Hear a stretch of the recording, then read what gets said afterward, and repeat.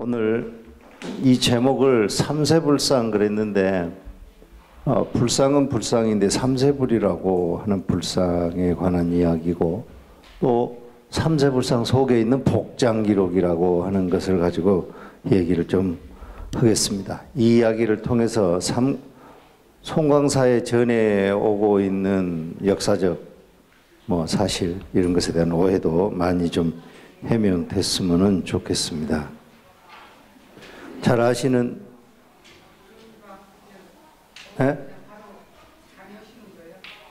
그럼 강의는 이렇게 하는 거지. 그럼 뭐 하려고요? 뭐가 필요해?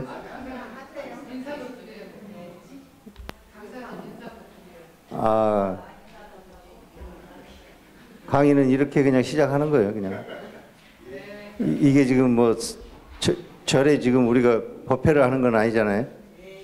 그러니까 이렇게 자연스럽게 그냥 시작하는 거죠. 송광사 이제 이 삼존불은 지금 보물로 지정이 되어 있죠. 우리나라 그 문화재 앞에는 제메토 이런 것이 적혀져 있어요. 그런데 제메토 이렇게 적어져 있는 그 연유는 어디서 온 거냐면 조선총독부에서 1918년에 조선총독부에 이제 항모국이 만들어지고 그 항모국에서 조선 그 문화의 유적, 역사적 전통이 남긴 많은 유물들을 일체 전수조사를 했어요. 1918년에. 그러니까 일제가 1919년에 이제 김인영이잖아. 지금 올해가 이제 100주년 되는 해였는데 1918년에 항모국을 만들어 가지고 전수조사를 했습니다.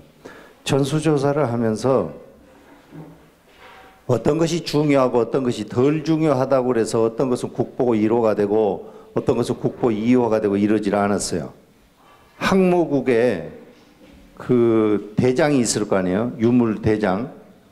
그 유물대장에 어떤 것이 1번에 기록이 됐는가 그것에 따라서 나중에는 이제 국보 1호가 되고 국보 2호가 되고 보물 1호가 되고 보물 2호가 되고 막 이제 이런 결과를 나왔어요. 그러니까 국보 1호, 2호 이런 것에 대한 차별은 없다.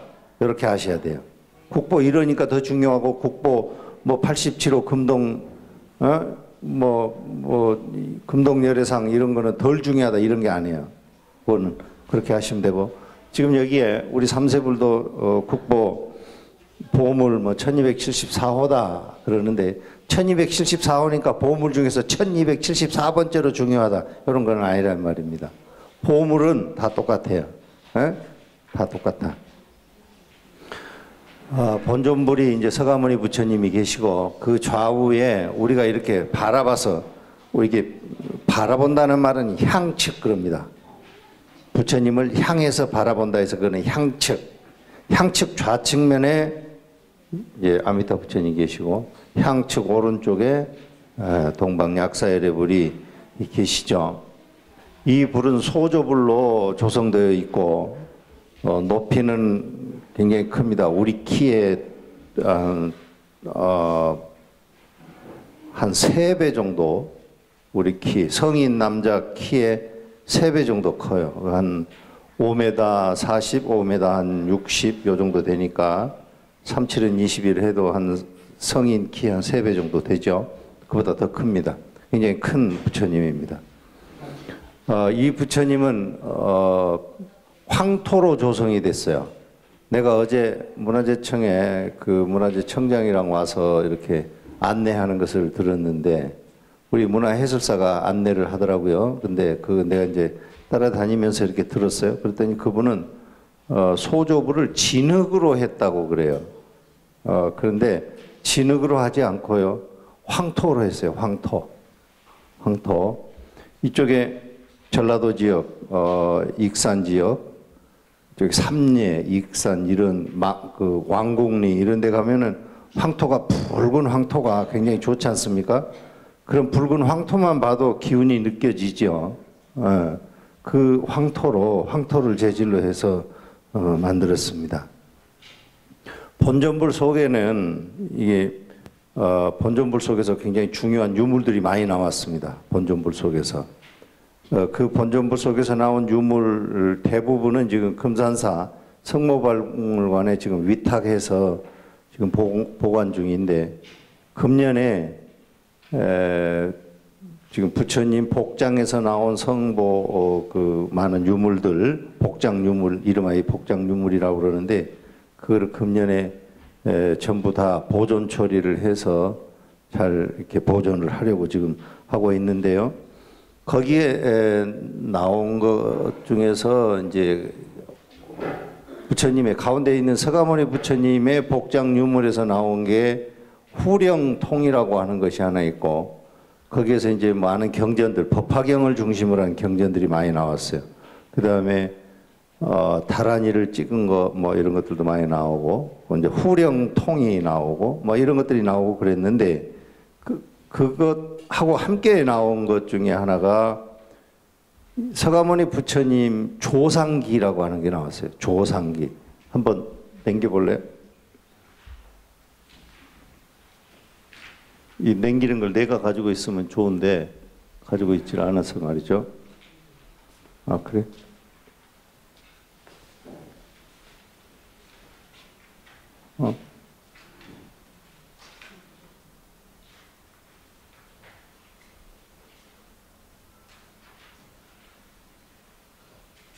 네.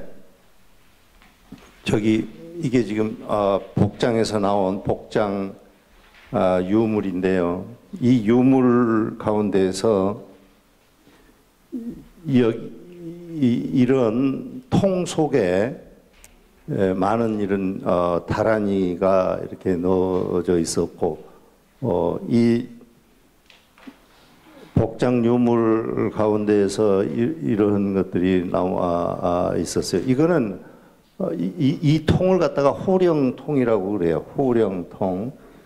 호령통이 만들어진 나오게 된 배경은 뭐냐면, 부처님이 열반하시고 나서 한 250년, 280년, 300년 이렇게 되면은 인도의 마투라 지역이라고, 뉴델리에서 파키스탄 쪽으로 이렇게 가는 그 지역인데, 그 지역에서 불상이 이렇게 만들어지기 시작을 했습니다. 페르시아의 영향을 받고 그래서 이제 불상이 만들어지는데, 불상을 만들어서 불상을 이렇게 조상을 해놓고 보니까 이 불상이 인격이 있는가 없는가라고 하는 것을 가지고 사람들이 고민을 하기 시작하는 거예요.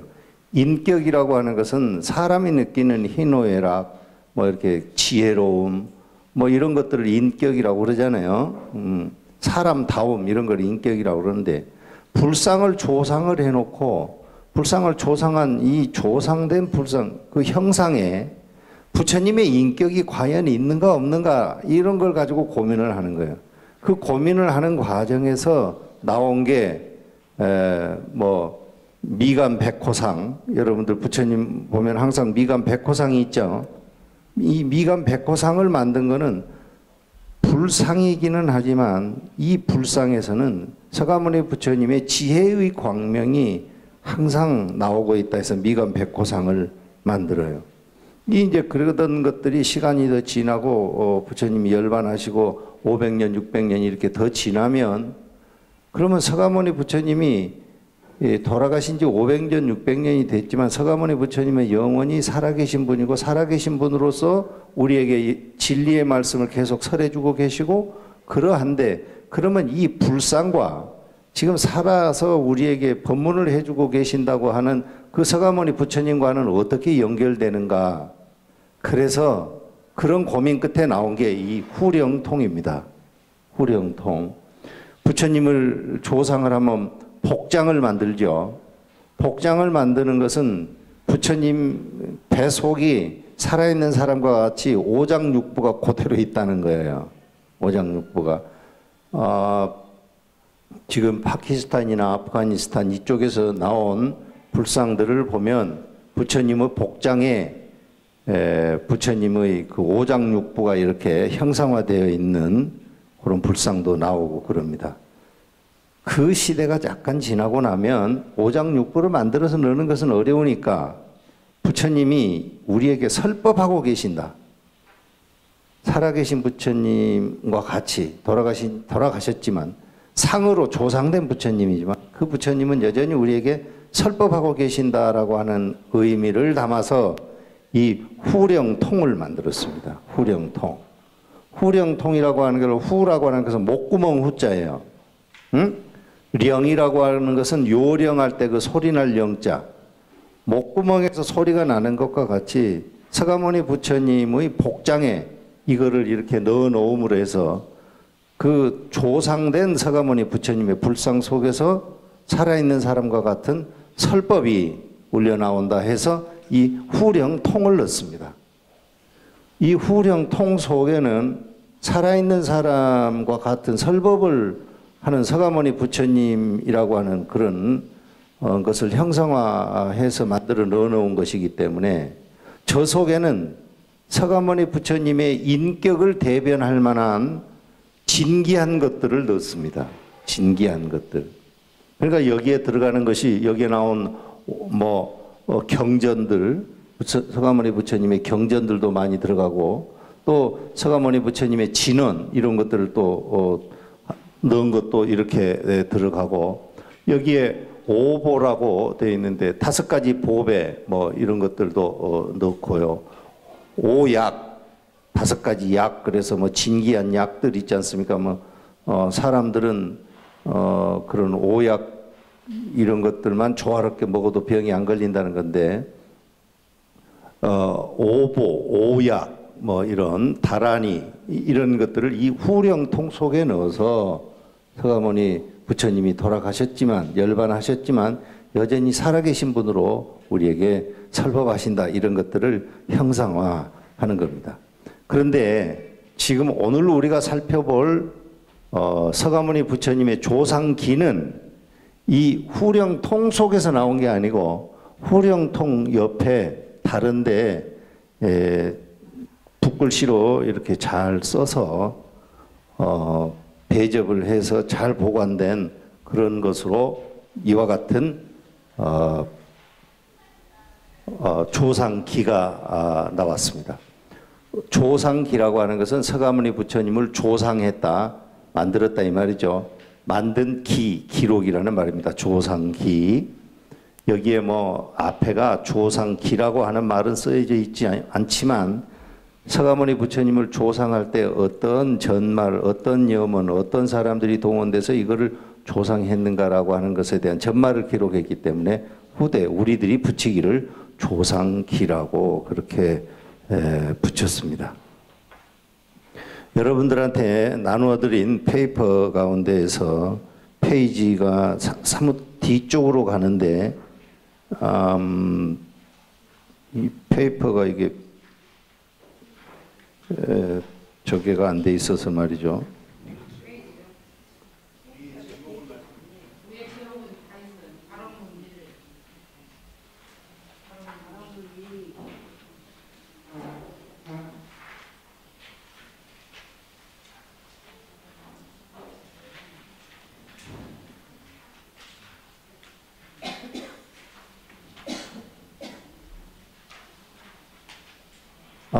이겁니다. 우선 이것을 좀 검토하는 것으로 해서 이야기를 좀 시작을 하겠습니다. 이 이야기는 여기에 있는 내용은 서가모니 부처님을 조상을 해놓고 서가모니 부처님을 조상을 하면은 황토로 이렇게 부처님을 조상을 했는데 황토 그대로 이렇게 모실 수가 없잖아요. 거기에 금을 입혀야 되는데 그때 금을 어디서 어떻게 누가 구해다가 그거를 개금을 했는가라고 하는 것에 대한 이야기입니다. 내가 빨리 좀 보겠습니다. 여러분들 한문에 익숙하지 않으실 것 같은데 보겠습니다. 불상 화주 행적, 불상을 화주한 사람의 행적, 그 사람이 어떤 전말을 가지면서 이 금을 구해다가 황토로 빚은 부처님께 이렇게 개금을 했는가라는 거예요. 전주부, 전주는 부입니다. 조선시대에 부가 3개 있을 때도 있고 4개 있을 때도 있고 그런데 한성부가 있고 경주부가 있고 그 다음에 서경에 부가 설치되기도 하고 폐지되기도 하고 그러고 전주에 부가 있습니다. 대구도 부가 설치되기도 하고 대구부 뭐 폐지되기도 하고 그런데 전주부하고 경주부, 한성부는 항상 상시로 설치된 부입니다. 부라고 하는 것은 요즘으로 보면 특별시 정도 되는 행정 단위고 이 부에 부윤이라고 하는 그 행정 책임자가 있는데 그분은 종일품 그러니까 판서들하고 같은 급의 관직자가 이렇게 파견이 됩니다. 전주부의 동령, 전주부 동쪽 관할하에 이 영자는 관할하 이런 말입니다. 전주부 동쪽 관할하에 종남산 송광사가 있다. 전주에 동쪽인가요? 지도로 보면 지도로 보니까 북쪽 같아. 동쪽? 그냥 우리는 그냥 동쪽으로 믿어요. 북쪽이라도 뭐 우리가 동쪽이라면 동쪽이지 뭐. 동쪽에 종남산 송광사가 있다. 대법당, 큰 법당을 만들고 불상 3존, 불상 부처님 존상 3존을 신조성했다. 새롭게 조성했다. 그때 화주라고 하는 것은 권화주라고 그러기도 하고 선화주라고 그러기도 해요. 화주라고 하는 것은 인연을 모으는 사람들을 화주라고 그럽니다. 화주라고 여러분들도 지금 우리 종불사하는데 내가 여러분들한테 화주가 되어달라고 했는데 그런 말이죠. 화주의 승명이라고 하는 분이 있었는데 이 승명은 송광사 법당에 불상을 조성하고 대웅전을 짓는데 핵심적인 역할을 했던 분입니다. 전통시대, 조선시대와 고려시대 이럴 때는 그 절에 계신 원로들이 화주가 됩니다. 가장 원로가 화주가 돼요. 내가 이렇게 절에 우리 송광사도 이렇게 보면 젊은 사람들은 화주가 잘 안 되고 나이 든 신도들이 화주가 되더라고요. 그래서 이 말이 맞구나 싶어. 이 화주 승명이라고 하는 이분이 우리 회주 스님도 그러니까 왜 나이 드신 분들이 왜 화주가 될까 그것도 좀 생각을 해봤더니요. 우선 저만 해도 화주 같은 게 좀 익숙하지 않고 그래서 잘 못하는데 우리 회주 스님이 우리 절에서 가장 원로지 않습니까? 그런데 회주 스님은 화주로서 역할을 하시려고 하는 거예요. 왜 그럴까? 왜 그러겠습니까? 회주 스님만큼 송광사에 간절한 생각을 하는 사람이 없다는 얘기입니다. 이해되세요? 회주 스님이 가장 송광사의 발전이나 이런 것에 대해서 간절한 생각을 회주 스님이 가장 많이 하신다는 얘기예요. 그러니까 이제 나이가 드셨지만 내가 이번에 이거 꼭 이루고 그러고서 내가 죽어야 될 건데 내가 나이가 들었는데 이거 마지막으로 내가 이거 한번 해야 되는데 그래 내 후세에 남겨야 되는데 이런 간절한 생각이 회주 스님만큼 강하게 안 한다는 거예요. 우선 나부터도 말이죠. 그런데 좀 부끄러운데 저도 좀 바꾸겠습니다. 그런데 이 화주는 절에 있는 가장 원로들이 되는 직임입니다. 고려시대 때는 화주라고 않고 이 화주라는 말을 집연 그랬습니다. 집연. 인연을 모은다 해서 집연. 나중에 이거 보다 보면 나오는데 절의 소임 가운데에서 절에 이제 주지도 있고 여러 가지 소임이 있죠. 그 소임 가운데서 상시로 설치되어 있는 소임 말고 어떤 일에 따라서 사안에 따라서 설치된 직임으로는 이 화주가 집연, 화주가 아주 중요한 소임입니다. 이 화주였던 승명이 권문, 갖고서 이 말이죠. 이거는 갖고서 뭘 갖고서? 권문, 권선문을 갖고서 권선문이 뭔지 아시죠? 알아요? 권문, 이 권문을 가지고서 권선문을 가지고서 출왕 경성이라 출왕 나갔다 이 말이죠. 어디로? 경성으로 갔다. 경성. 이 경성이라는 말도 이 글이 1641년에 쓰여진 글인데 거기에 경성이라는 한문이 나와요. 경성이라는 말을 쓰지 않고 대개 서울을 한성이라고 그랬어요. 대전회통이나 경국대전 같은 데 보면은 한성부 이렇게 돼 있어요. 경성부 이렇게 안 돼 있고, 나는 이 경성이라고 하는 말이 일제가 붙인 말인 줄 알았어요. 그런데 여기에 이 경성이라는 말이 나와요. 출왕경성했다. 경성으로 갔다. 그래서 구했다 이 말이죠. 구한다는 말은 화주를 하려 이렇게 애를 썼다, 그 말이고, 단신이라고 하는 말은 단월들 청신사들의 시주를 구할 때 말입니다. 구단신지제 일일 대도지상, 어느 날 대도지상, 큰 길 위에서 뭐 작은 골목길이 아니고 종로나 뭐 이런 큰 길 위에서 행봉, 다행히 봉 만났다. 일단월, 한 단월을 만났다. 한문은 읽는 방법이 간단합니다. 상상력을 가지고 막 읽으면 됩니다. 특별한 법칙이 없어요. 한문은 상상력을 가지고 막 읽어내면 그 읽어지는 거예요. 내가 터득한 방법이에요. 나는 어려서부터 그랬어요. 한문이 그렇게 어렵지 않아. 무조건 한문을 보고서 막 읽어가면은 이게 글이 되는 거예요. 그러니까 여러분들도 한문 보면은 어려워 이런 생각하지 마시고 상상력을 동원해가지고 막 읽어가 버려요. 그러면은 그 읽어지는 거예요. 예? 예. 일단월, 한 단월을 만났다. 바로 이 사람이 세자 근시인이다. 세자의 근시, 가까이서 모시는 사람이다 이 말입니다. 근시인은 근시인. 그러면 요즘에는 뭐겠어요? 뭐 시자다 뭐 이런 얘기, 보필하는 사람이다 뭐 이런 정도의 의미겠지요. 그 사람 이름이 누군가? 백실남이다. 백실남. 이름이 백실남 그러니까 별로 이름이 어감이 별로 안 좋죠. 에? 그런데 조선시대 중기 이럴 때만 해도 사람들의 평균 수명이 40세가 안 됩니다.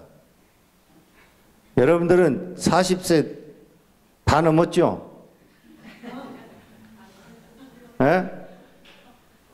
왕실의 왕세자도요, 10살이 안 돼서 죽은 사람이 허다하고요, 20살 넘겨서 장가가 가지고 뭐 애 한둘 낳고 죽은 사람도 정말 많고, 나이가 50이 될 때까지 산 사람도 드뭅니다. 왕실 사람도. 왕실의 내이들이 그렇게 병을 치료하고 좋은 거를 주고 먹는 거를 정결하게 해서 주고 그래도 50세를 넘긴 사람들이 그렇게 많지 않습니다. 그런데 옛날에 유별나게 스님들은 연세가 70된 스님들도 많고요, 80이 된 스님도 있고 그래요. 이따가 여기 더 뒤에 가면은 뭐 진묵대사 이런 얘기도 나오는데, 진묵대사도 71살까지 사신 분이에요. 그러니까 굉장히 오래 사신 분이에요. 그런 분들은.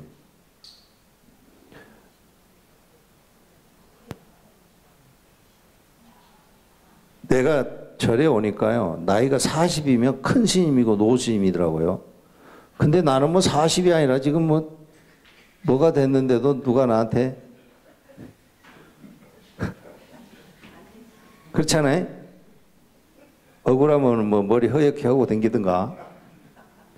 이름이 백실남이에요. 이 전통 시대에는요, 사람 이름을 굉장히 의미를 갖고 이렇게 의미를 짓습니다. 요즘 사람들은 이름을 지으면 부르기 좋게 많이 짓잖아요. 그죠? 옛날에는 이름을 지으면 다 이렇게 의미를 갖고 지어요. 이름 좋죠? 내실 있는 남자라고. 에? 성은 백시요 이름은 실남이라. 이 조선시대 이런 이름 많이 나옵니다. 우리 화주 거기에 내용에도 보면은 이름이 개똥이 이런 이름도 나와요. 개똥, 문개동 그래. 개동, 개동이라는 말은 개똥이라는 말을 한문으로 표현을 하려다 보니까 개동 이렇게 써놓는 거예요. 제가 사는 동네가 개동이었어요. 그래. 예. 근시인 백실남이라고 하는 사람을 만났다. 화주는 여기에 승명이라는 분이죠. 이 승명. 이 화주는 예배를 하고 누구에게? 백실남에게 예배를 하고 이 조불 도금지사 조불 부처님을 조상하고 금을 입히는 일을 말씀을 드렸다. 백실남에게. 예. 여러분들 주변에 있는 사람들한테 이게 지변을 하려면 이런 것을 잘 하셔야 되죠. 그리고 서언양구라 말을 조용히 해서 마치고는 양구했다. 가만히 기다렸다. 그랬다면 이 백실남이라고 하는 분이 생린지라 생린지 생 일으켰다 이 말이죠. 린 참 그 가엾구나. 지금 저렇게 불상을 크게 만들어서 거기다 금을 입히려면 금이 그게 간단치 않게 많이 들어갈 건데 그 금을 어떻게 하려고 하면서 이 백실남이 그 얘기를 듣고서 참 가엾다, 딱하다. 요즘 말로 딱하다. 그런 생각을 했다는 거예요. 그 다음에 화승, 화주하는 승명이라고 하는 승이 승명에게 그런 딱하다는 생각을 했다. 그리고서는 고 말씀을 드렸다. 누구에게? 고세자. 세자에게 말씀을 드렸다. 그랬더니 가지라. 그랬더니 세자가 그러하구나. 그런 일이 있구나. 이래 했다는 거예요. 여기에서 지금 내가 여러분에게 나중에 설명을 좀 해야 될 분이 이 세자라고 하는 분이 지금 이제 한 분이 나왔습니다. 이 세자는 소현세자를 두고 하는 말입니다. 소현세자. 이 조선시대 왕실이 복잡한데 왕실이 왜 복잡한가? 여러분들이 지금 이 시대의 조선의 왕 그러면 선조, 광해군, 인조, 효종 요 한 4 정도의 왕이 있을 건데 선조는 본래 그분이 왕실의 적손이 아니었어요. 적손이 아니었는데 명종이 죽을 때 세자가 없이 죽은 거예요. 그러니까 이제 세자가 없이 이제 죽으니까 이거 왕을 누구로 만들까 하다가 대신들이 모여서 논의를 하는데 제일 야무지고 똑똑한 가문이 벌족하고 이런 사람을 왕으로 만들어 놓으면 대신들이 힘이 약해지잖아요. 태종 이방원이 같은 사람을 왕으로 만들어 놓으면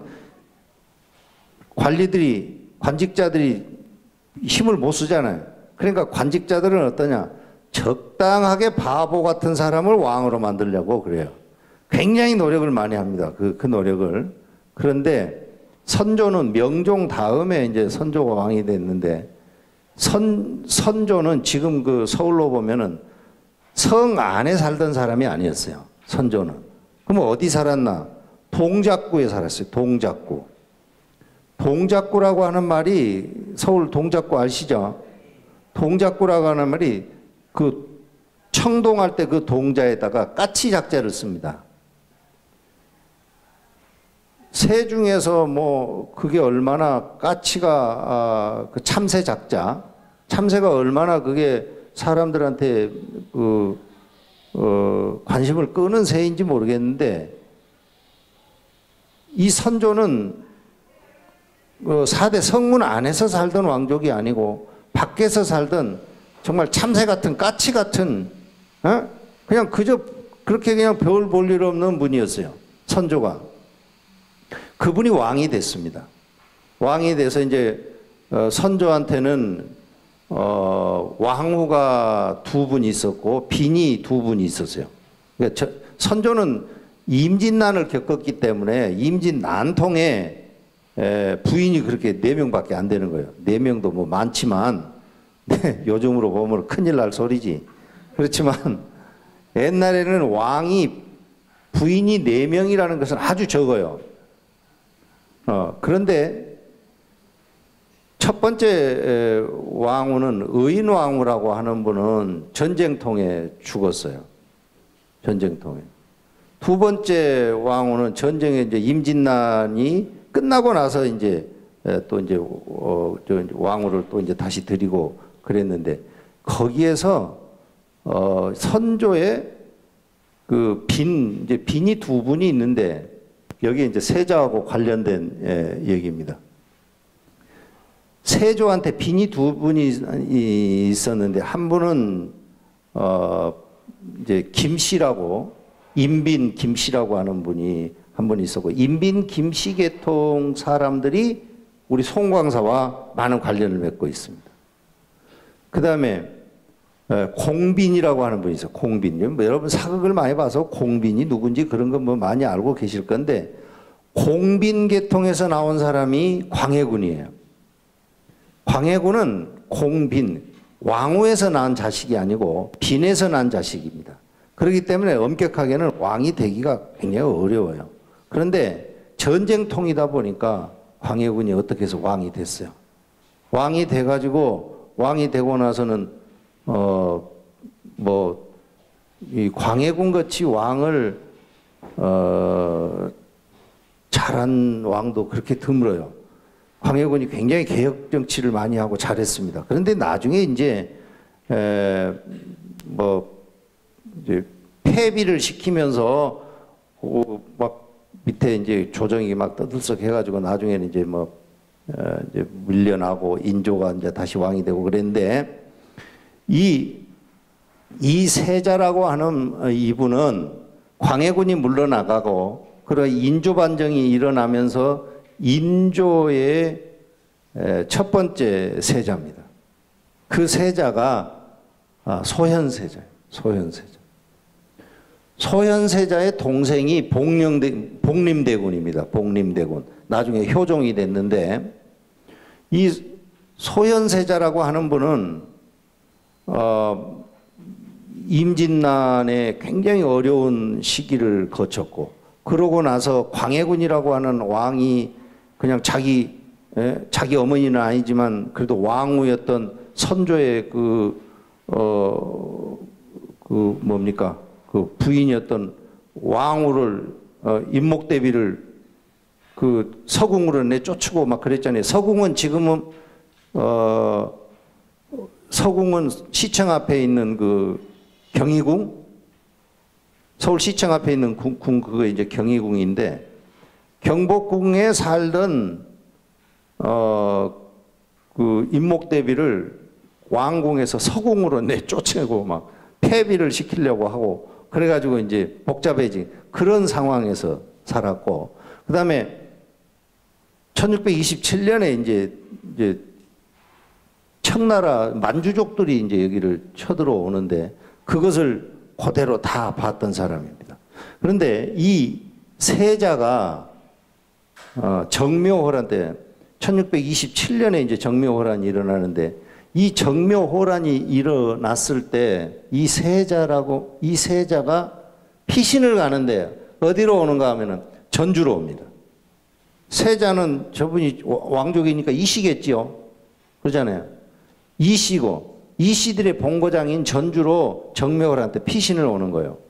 그런데 이 세자가 전주로 피신을 올 때 이분을 호종하고 오신 분이 누구인가? 그분이 우리 저기에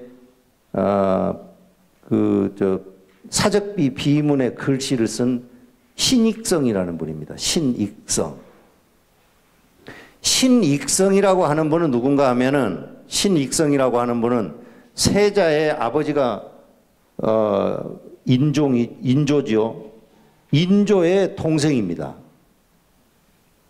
아니, 인조의 동생이 아니라 인조의 여동생과 결혼한 분입니다. 인조의 여동생. 그러니까 소현세자로 보면은 신익성은 우리 저기 글씨를 그 사적 비문의 글씨를 썼던 신익성이라고 하는 분은 이 세자의 뭐가 되는 거예요? 고모부가 되나? 고모부가 되죠. 고모부가 되는 겁니다. 고모부가 동양이 신익성이 이 세자를 데리고 정묘호란 때 전주로 피신을 와요. 전주로 피신을 오면서 그때 송광사와 인연을 맺습니다. 이 세자가. 나중에 정묘호란이 끝나고 1636년에 병자호란이네, 병자년에 다시 청나라 군사가 쳐들어오는 거죠. 병자호란은 내가 그 병자호란 전에 이렇게 전기 같은 거를 좀 읽어보고 그랬는데, 병자호란은 참 그 치욕스러운 정말 전쟁이었습니다. 조선시대 때 가장 치욕스러운 전쟁이 아마 병자호란이었을 것 같아요. 일본인 외가 쳐들어올 때도 그렇게 굴욕적이지 않았습니다. 청나라 군사가 만주족이 12월 1일 날 심양을 출발하는 거예요. 중국에 심양 있지 않습니까? 지금 요녕성 그 심양을 출발을 해가지고 12월 1일 날 출발해서 평양에 도착하는데 6일이 걸렸어요. 6일이 걸리고 서울까지 함락하는데 12일이 걸렸어요. 심양에서 서울까지 오는데 12일 만에 서울을 함락시켜버린 거예요. 그러니까 인조가 갈 데가 없는 거예요. 갑자기 어디 가야 되는데 도망갈 데가 없어. 정묘호란 때는 인조가 강화도로 피신을 갔습니다. 그런데 병자호란이 일어나고 나서는 이거는 갑자기 강화도로 지금 피해갈 뭐가 없는 거예요. 요즘같이 전화로 국경에서 청나라 군사 지금 일어나가지고 지금 쳐들어오고 있으니까 빨리 피하세요. 그랬으면 전화 받고 얼른 갈 건데 그때는 전화가 없으니까 멍하고 있다가 어디 갈 데가 없는 거예요. 그래서 남한산성으로 피신을 했어요. 남한산성으로 피신을 할 때 이 세자도 전주로 다시 피신을 오지 못하고 남한산성으로 함께 들어갔어요. 그래 이 세자가 끝까지 남한산성을 고수하면서 여기서 죽자 그러는 거예요.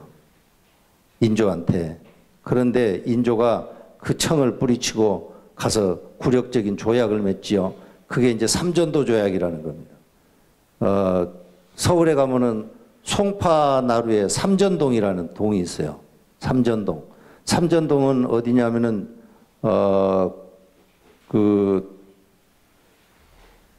삼전동이라고 하는 데는 서울에 잠실체육관 있죠. 잠실체육관. 거기에서 거기 근처입니다. 거기 근처. 거기 지금도 삼전도 비가 있는데, 이 삼전도라고 하는 삼전이라고 하는 말은 뭐냐면 전이라고 하는 것은 굽신거리는 굽힐전자란 말이에요. 3번 굽혔다는 말인데, 그 청나라 2대 황제가 태종이라는 분이에요. 태종. 그 태종한테 절을 한 번 하고 읍을 3번 한 것을 3번 했다 해서 삼전동입니다. 삼전도. 그 도라고 하는 말은 나루터라는 말이고요. 청나라 황제한테 절을 한 번 하고 3번 굽신거리는 것을 3번 했던 나루터다. 그래서 그걸 이제 삼전도라고 그러는데, 이 삼전도에서 세자도 청나라 태종한테 그 예를 올리면서 병자호란을 아주 치욕스럽게 경험합니다. 그리고 나서 세자는 중국으로 볼모로 끌려가는 거예요. 이 세자의 부인은 세자빈 강씨라고 조선시대 여자 가운데서 아주 걸출한 여자입니다. 세자빈 강씨라고 하는 분하고 둘이서 심양으로 끌려가는 거예요. 그런데 청나라가 그때는 수도를 심양에 두고 있었지만 점차 이렇게 국력을 더 이렇게 가다듬고 해가지고 당시 명나라 수도였던 북경을 쳐요. 그래서 이제 북경으로 옮겨갑니다. 그때 이 세자는 그의 처 세자빈 강씨하고 함께 또 북경까지 갑니다. 세자빈 강씨는 어떤 분인 거니? 내가 아까 신익성이라고 하는 분, 저쪽에 우리 송광사 사적비를 쓰셨던 분이라고 내가 말씀을 드렸는데, 신익성의 누이가 강씨 집으로 시집을 갔어요. 강씨 집으로 시집을 가서 그 강씨의 손녀딸입니다. 그 강씨 집안의 손녀딸. 그 사람이 소현세자의 부인이 됐어요. 그래서 그분을 갖다가 세자빈 강씨 그래요. 조선시대는 가만히 이렇게 들여다보면 다 거기서 거기로 이렇게 왔다 갔다 이 사람은 이 집 시집 가고 이 사람은 이 집으로 장가 가고 이 사람은 이 집으로 가고 다 그러고 살아요.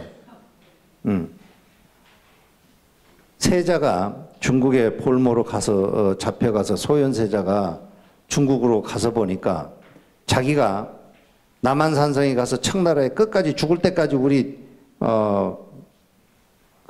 저항하고 화친하지 맙시다. 이래 했던 것을 깊이 반성했어요. 왜냐? 중국은 가서 보니까 우리 조선에서 생각하던 중국이 아닌 거예요.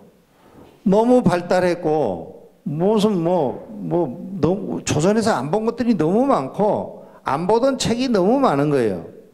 농업 기술도 우리 조선에서 하는 농법하고 중국의 농법은 너무 달라서 소출이 너무 많은 거예요, 중국이.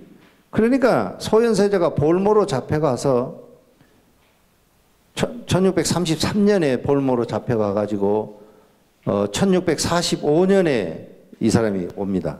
그동안에 2번 조선을 방문했어요. 인조한테 문안 인사드린다고 해서 그 허락을 받고 2번 방문하고 내나 중국에 이제 심양에 있고 북경에 있고 이제 이렇게 지냈는데 그때 지내면서 중국의 발전된 이런 많은 것들을 배워가지고 오면서 아, 내가 세자니까 언젠가는 내가 왕이 되겠지요. 왕이 되면 중국에 이렇게 발달된, 청나라에 이렇게 발달된 농업기술이나 이런 기술들 이런 것들을 해서 조선을 잘 살게 해야 되겠다. 이런 생각을 갖고서 왔던 분입니다. 이 소현세자라고 하는 분은 조선시대 왕실에서 개혁운동을 할 수 있었던 가장 적임자였습니다. 가장 적임자. 이분이 중국에를 가니까 청나라에서 먹고 살게를 해줘야 될 거 아니에요.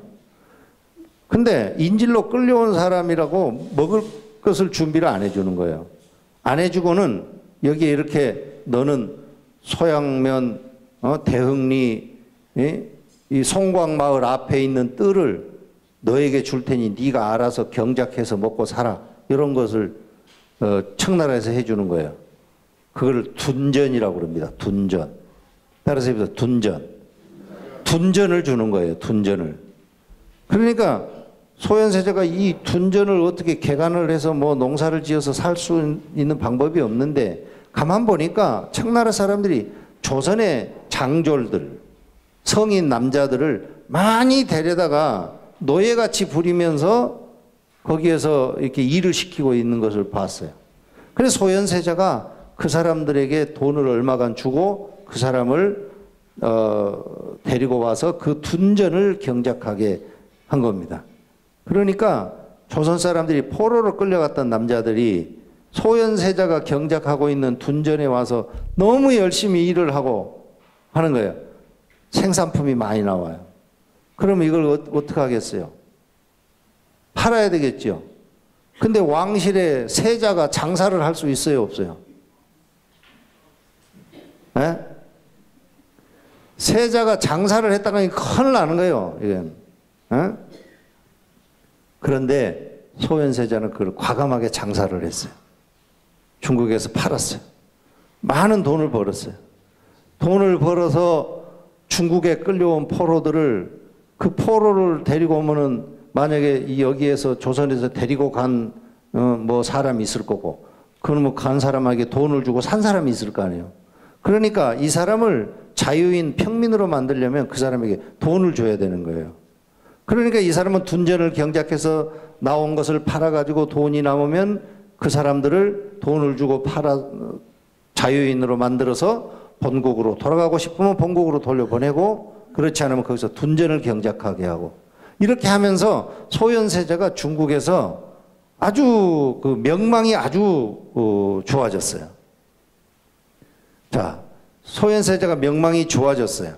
좋아졌으면은 우리 생각으로는 단순한 우리 생각으로는 아, 그 굉장히 잘했다, 좋다 이렇게만 생각하겠죠. 그런데 인조의 입장이나 인조를 바탕으로 해서 정치 세력을 형성하고 있는 사람들은 소현세자가 그렇게 명망 있는 사람으로 성장하는 것을 좋아하지 않아. 아까 내가 얘기했죠. 관료들은 어떤 사람을 왕으로 만들려고 그런다고? 적당히 멍청한 사람을 왕으로 만들려고 그러는데 소현세제가 너무 영특한 거예요. 수완이 너무 좋아. 그래 소현세제가 1645년 3월에 북경에서 이제 한성으로 옵니다. 그래서 한성으로 와서 지금 창덕궁에 사는 거예요. 창덕궁. 창덕궁은 그 현대건설 옆에 있는 그 궁이 창덕궁이죠. 여러분 서울 잘 알으세요? 잘 모르시지? 왕실 구경도 한번 가야 되겠어. 에? 요즘에요 서울에 궁실을 저녁에 달빛 속에서 궁실을 여행하는 게 있어요. 그거 신청하면은 굉장히 대접도 잘 받고요. 정취를 느끼면서 왕실을 구경할 수 있는데 여러분 한번 갑시다 그거. 이분이 이제 창경궁에 이제 이분이 사는 거예요. 그런데 와가지고 2달 만에 독살당했어요. 독살당. 2달 만에 독살을 당했어. 그랬는데 이 세자가 이 백신람이 지금 바로 그 시점에 이 백신람이라고 하는 분이 세자한테 가서 그 말을 들으니 아, 참 좋은 일이다. 세자가 그랬다는 말입니다. 지금 11시 18분인데 어차피 뭐 다 못하니까 얘기가 끝이 없어요. 그죠? 근데 이렇게 얘기를 해줘야 여러분들이 기억을 할 거 아니에요. 이렇게 얘기를 안 해주면 여러분들이 뭐 듣고 뭐 그것인가 보다 그걸 말아버리지. 이제 그래 생각을 이제 참 가상하다 그 얘기를 듣고 소현세자가 생각을 했다. 아까 내가 얘기했는데요. 내 얘기하다 말았는데 조선시대 정말 그 왕실의 역사가 비극적인 게 많아요. 2달 만에 이 소현세자가 이제 독살을 당했는데 이제 아들을 독살시킨 거 아니에요? 인조가. 이게 얘가 너무 똑똑해. 자기를 이제 폐위시키고 왕이 되려고 그래. 왜 그런가? 청나라 사람들이 소현세자를 너무 좋아하는 거예요. 친청파야, 친청파. 응? 친명파도 아니고, 친아버지파도 아니고, 친청파예요, 청파. 청나라의 발전된 이런 것들을 조선에서 과감하게 채택해서 국가가 이렇게 거듭 발전해야 된다 이런 생각을 갖고 있는 거예요. 그러니까 죽였어요. 그러면은 세자빈 강씨는 또 어떻게 되겠어요?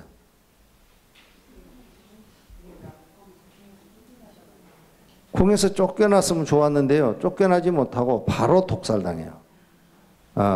어떻게? 모함을 받는 거예요. 뭐 수라상에 독약을 넣어가지고 뭐 이래저래 했다. 그래가지고 독살당했어요. 세자빈 강씨가 왕조실록에도 이런 얘기들이 많이 나와요. 세자빈 강씨가 자기 남편 소현세자를 이렇게 독살을 하니까 본래 세자빈은 아침마다 왕한테 가서 이렇게 문안을 해야 돼요. 문안을. 그러면서 이제 며느리죠. 며느리가 와서 이렇게 문안을 하면서 아침 식사를 시작하는 것을 보던가 식사를 마치는 것을 보던가 둘 중에 하나는 해야 돼요. 조선왕조실의 법식입니다, 이게. 그런데 세자빈 강씨가 자기 남편을 독살하는 그 인조한테 가서 막 아침마다 가서 막 큰 소리로 떠들면서 울고 그러면서 저항하고 막 그러는 거예요. 그래서 나중에는 세자빈 강씨가 죽어요. 세자빈 강씨한테 그 소현세자한테 아들이 셋이가 있었어요. 그때 당시 나이가 12살, 8살, 4살 이렇게 4명이 있었어요. 왕자가. 4명이 있었는데 두 사람은 강화도로 그 유배를 보내버리는 거예요. 그래 거기서 죽어요. 셋째 아들은 궁 밖으로 내보내요. 궁 밖으로 내보내니까 당시에 제주도로 또 이제 보내서 제주도에서 살아요. 결국 그분도 소원이 없이 21살에 죽어요. 21살. 다 이렇게 죽습니다. 그리고 이제 왕은 누가 되는가? 인조의 뒤를 이어서 왕이 된 사람은 적당히 멍청한 복림대군이 왕이 되는 거예요. 복림대군이 왕이 되는데 복림대군은 그 사람이 뭐를 했는가? 소현세자는 청나라에 발전된 것들을 빨리빨리 채택해서 우리 조선이 개화돼야 되겠다. 이런 생각을 했던 사람인데 이 사람이 죽고 나서 왕이 된 복림대군 효종은 뭐를 했겠어요? 청나라는 죽어도 안 된다. 명나라를 따라야 된다. 해서 효종은 북학, 청나라의 것을 배워야 된다는 입장이었지만 효종은 북쪽을 징벌해야 된다. 이런 입장을 가졌다고요. 그러니까 참 국가가 참 어려워졌죠. 그 세자가 그 얘기를 듣고 가하다. 그거 참 잘한 일이다. 좋은 일이다. 이랬다 이 말입니다. 그래서 호국을 왕래하면서 이 나라는 청나라를 호국이라고 그럽니다. 이때 청나라를 호국이라고 하는 것은 이 호자가 무슨 호자요? 오랑캐 호자죠. 오랑캐 호자요. 송광사에 살던 사람들은 국제 정세가 그렇게 밝지 않아. 그래가지고 청나라 사람들은 여전히 오랑캐인 거예요. 오랑캐. 그래 호국이라고 그랬어요. 이렇게 글 쓴 것을 청나라 사람들이 봤으면 아마 송광사 부셔졌을 거예요. 이거 안 봤으니까 지금 그대로 있는 거지. 호국을 왕래하면서 득 얻었던 황금, 이 황금을 시이어 주었다 이 말입니다. 그러니까 화주였던 승명은 그 청나라를 왔다 갔다 하면서 얻었던 이 황금을 주니까 이 승명이 금을 가지고서 금과 권선문 그거를 가지고 내려왔다. 내려와서 그때 촉하에 서둘러 하래 내려와서 불러 모았다. 누구를? 양공. 금을 입히는 그 기술자들, 좋은 기술자들을 불러 모았다. 몇 명? 40여 명을 불러 모았다. 얼마 동안 공사를 했는가? 삼삭지간, 석 달 동안 공사를 일을 했다. 그래서 삼존불상, 대웅전에 있는 삼존불상을 장대하게 조성했다. 장대하게 조성을 했다. 좌상, 그 앉아 있는 것은 뭐 일장삼척이고 뭐 크기가 이제 얼마고 이제 이런 얘기들이 쭉 나오는 대목입니다. 내가 여러분들한테 이 화주 행적에 대해서 얘기를 좀 했는데요. 이런 화주를 한 승명의 정말 그 노력에 의해서 대웅전에 있는 삼존불이 계금이 되었다는 얘기입니다. 그리고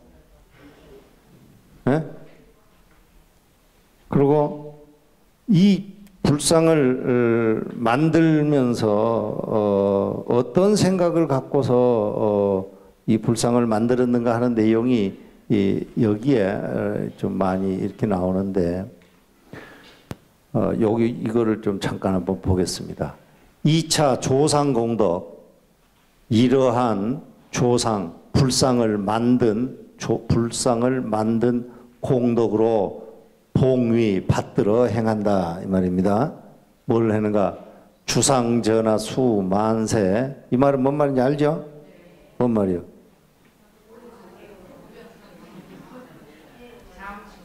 여러 말은 알죠? 연속국에 하도 많이 나오는 말이니까. 주상전하 수만세요. 왕비전하 수재년이라. 이 재년이라는 말이 무슨 말인지 아세요? 여러분 대웅전에 늘 가서 기도하고 그러는데 이거 볼 때 이 재년이라는 말 보셨죠? 이 말이 무슨 말이요?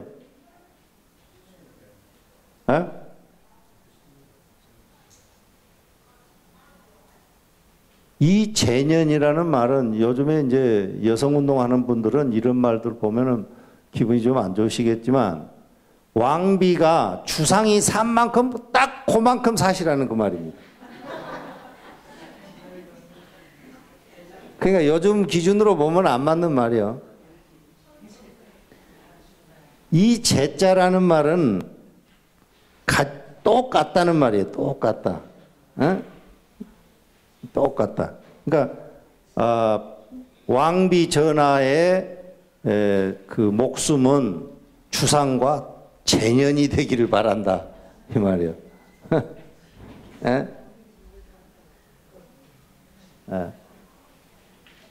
주상 전하가 만세를 사시니까 왕비 전하도 만세를 사시겠죠.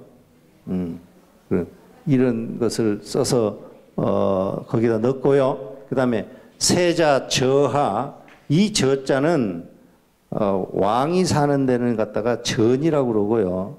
세자가 사는 곳은 저 그럽니다. 여러분들 뭐 요즘에도 그런 말 쓰죠. 관저가 어디가 있다 이런 말 쓰죠. 뭐 대사의 관저가 뭐 어디가 있다. 뭐 총리 관저가 어디가 있다. 뭐 성북동에 있다. 삼청동에 있다. 이런 얘기들 쓰잖아요. 이 저자가 그 저자입니다. 세자 저하는 수 천추라. 천추. 천년을 사시라. 이 말이고 속환 본국이라. 빨리 본국으로 돌아오시기를 바란다. 여기에서 이 세자라고 하는 분은 소현세자를 두고 하는 말입니다. 소현세자. 내가 소현세자가 청나라의 볼모로 잡혀가서 2번 환국을 했었다고 그랬죠. 2번 환국을 할 때도 이게 청나라의 허락을 받고 와야 되니까 청나라에 구실을 붙여야 돼요.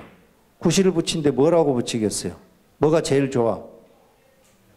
여러분들 학교 다닐 때 조퇴하고 싶으면은 구실을 붙여야 되는데 뭔 구실이 제일 좋아요? 아버지 아프다. 아버지 병원에 입원하셨다 그러면 그 조퇴가 되잖아요. 조선시대도 마찬가지. 인조대왕이 아프시다는 서찰을 받으면은 이 외출이 가능한 거예요. 본국으로 왔다 갈 수 있어요. 그래서 딱 2번 왔다 가셨어요. 2번. 예. 그 얘기고. 복림대군 증복수. 복림대군은 세자의 동생입니다. 세자의 형제들에게는 대군 칭호를 받습니다. 대군. 이 군자가 무슨 군자요? 임금 군자죠. 임금 군자예요. 임금 군자인데 왜 임금의 아들에게 대군이라는 칭호를 붙일까요? 대군이라는. 어린 아이들이 태어나면 10세, 그러니까 관세가 되기 전에 대부분 죽어요. 관세가 되기 전에 어린 아이들이 태어나면. 관세라고 하는 말은 사춘기에 들어가는 나이를 관세라고 그래요. 관세. 가운데 중자를 위에 하나 쓰고 밑에다가 하나를 쓴 것을 관 그럽니다. 관. 사람이 행실을 이제 사람이 될 만한 나이가 됐다 해서 그걸 관세라고 그래.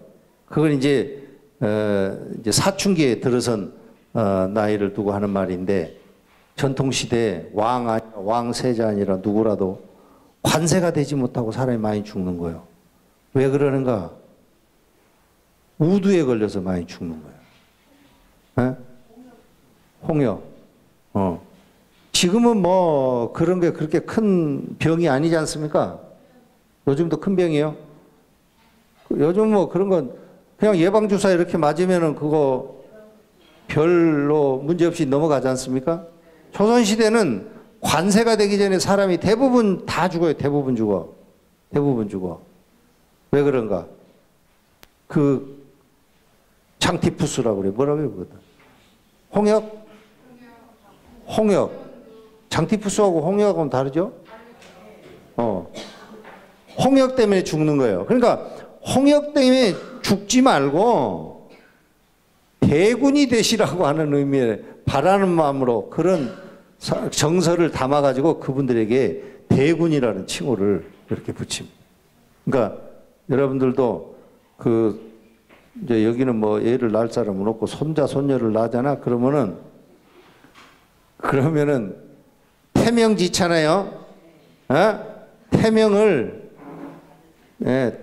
이렇게 거창하게 지어주셔야 돼요. 태명을. 누구는 뭐 태명을 어떻게 지었냐니까 홍콩이라고 지었대요. 홍콩.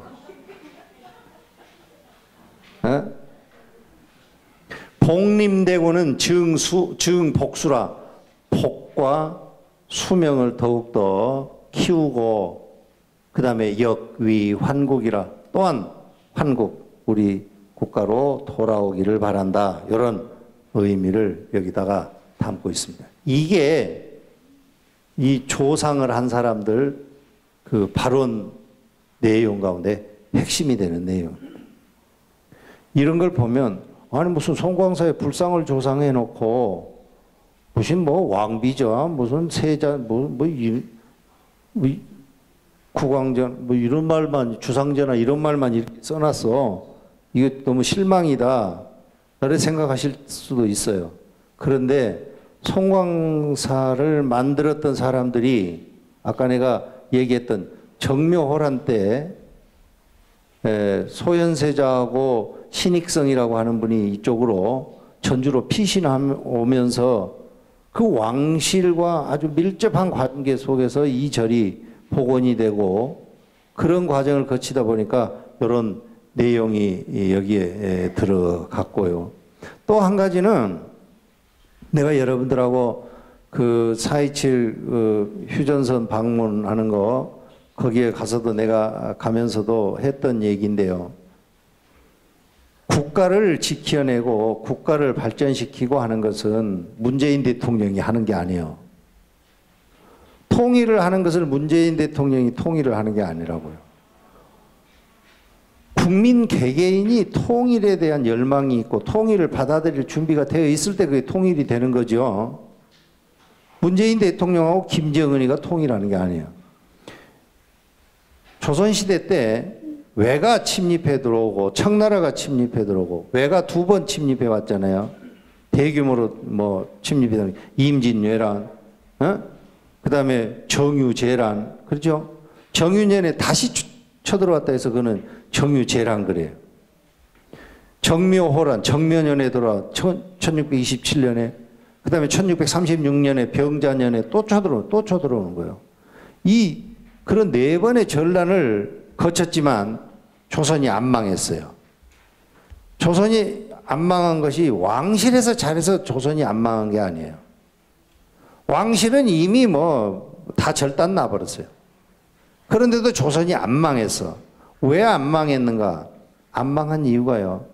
송광사 같은 각 지방에 살고 있는 지방 거점에 살고 있는 많은 사람들이 자기의 삶의 터전에서 조선을 지키고 국가를 지키려고 하는 강한 그런 의지를 갖고 있었기 때문에 조선이 안 망한 거예요.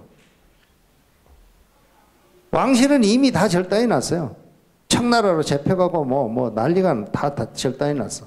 그렇지만 이 나라 안에 온갖 백성들은 절단이 났다는 것을 인정을 안 해. 우리는 조선을 다시 이렇게 세우겠다고 하는 그런 강한 열망을 갖고 있는 거예요. 뭐 IMF 때도 뭐 마찬가지지 않습니까? 국가가 빚을 못 갚아가지고 국가 차원에서는 절단 나버렸어. 절단 나버려. 절단 나버렸는데 국민들이 국가가 절단 났다는 것을 자존심이 이거 절대 안 받아들여. 이거 반드시 국가를 바로 세워야지. 국민들이 안 받아들이고 IMF라고 하는 그것을 인정 안 하고 다시 일으켜 세우겠다고 하는 마음을 갖고서 그걸 극복해 나가니까 극복되는 거예요. 극복이 돼. 과테말라니 뭐 베네수엘라 지금 보세요. 국가들. 그래, 여기에 있는 이 내용을 보고서 이 내용이 약간의 수치스러운 내용이구나. 무슨 국가에 무슨 뭐 불상에다 저렇게 짜지락지럽게 뭐 주상전하 뭐 왕비전하 뭐 이런 말만 써가지고 이러는가. 그렇게 생각하실 게 아니고, 이것이 당시의 현실을 극복하고자 하는 백성의 어떤 굳은 정신이고 결이고 그러했고 이 결의를 바탕으로 해서 조선이 유지되었다라고 하는 겁니다. 제궁실, 종실, 궁실과 종실, 궁실은 궁궐 안에 있는 거고 종실은 뭐 이씨들 뭐 이런 종실이죠. 모든 궁실과 종실이 각기 안녕하고 문무백료가 문관과 무관의 그 백료 모든 관료들이 지인 충량해라. 모두 다 충성스럽고 어질기를 바란다. 나도 송광사에 상냥문도 많이 쓰고 어디 절에 상냥문도 쓰고 어디 뭐 이런 것 저런 거 많이 해봤는데 나는 이런 글은 안 써요. 부끄러워서 나는 안 써. 부끄러워서. 근데 옛날 분들은 이렇게 써놨어요. 그 다음에 선왕, 선후, 돌아가신 왕과 돌아가신 왕후, 조종, 열위, 조종, 이거는 왕실이라는 말이죠. 왕실의 열위, 역대 돌아가신 그런 분들, 그 다음에 선가, 그 돌아가신 뭐 영혼들, 이런 분들은 각각 선망 부모 10명령가, 우리 절에도 제사 지낼 때 10명령가 쓰죠. 지금도 이 돌아가신 선망 부모, 이건 망자입니다. 돌아가실 망자, 이 망할 망자, 이렇게 망자 이렇게 했는데 선망 부모 10명령가. 그 다음에 전망 장졸, 이것도 망자예요. 전쟁에서 죽은 장졸 등이 구생 정찰 모두 다 정토에 태어나기를 바란다. 에? 그러니까 송광사를 지을 때 나라를 지키려다가 아니면은 뭐 선량한 시민으로 살다가 돌아가신 많은 이런 분들이 전부 정토 세계에 태어나기를 바란다. 뭐 이런 얘기고, 그 다음에 견재불연후, 정토 세계 친견재불, 정토 세계에 태어나기를 바라고, 친견재불, 친견한다는 말은 아련한다는 말이죠. 모든 부처님을 아련하고 난 후에 무변법계, 원하건대는 무변법계의 유식함령, 모든 생명인들, 느낌을 알아차리는 모든 것을 갖다가 유식함령이라고 그럽니다. 유식함령. 이런 것들이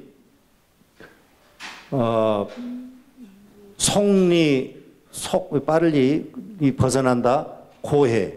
고해를 벗어나서 경등굴지라 부처님의 세계에 오르기를 바란다. 뭐 이런 내용들로 이 불상이 이런 바람으로 불상이 만들어진 겁니다.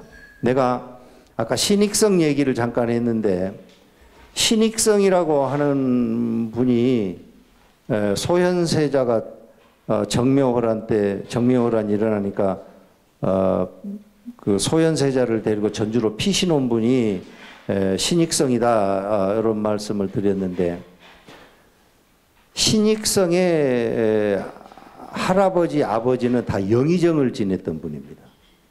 신익성의 그 아버지, 할아버지는 이제 이분이 어려서 아주 총명했고, 어려서 6살 때 대학을 읽고 이랬다는 분이에요.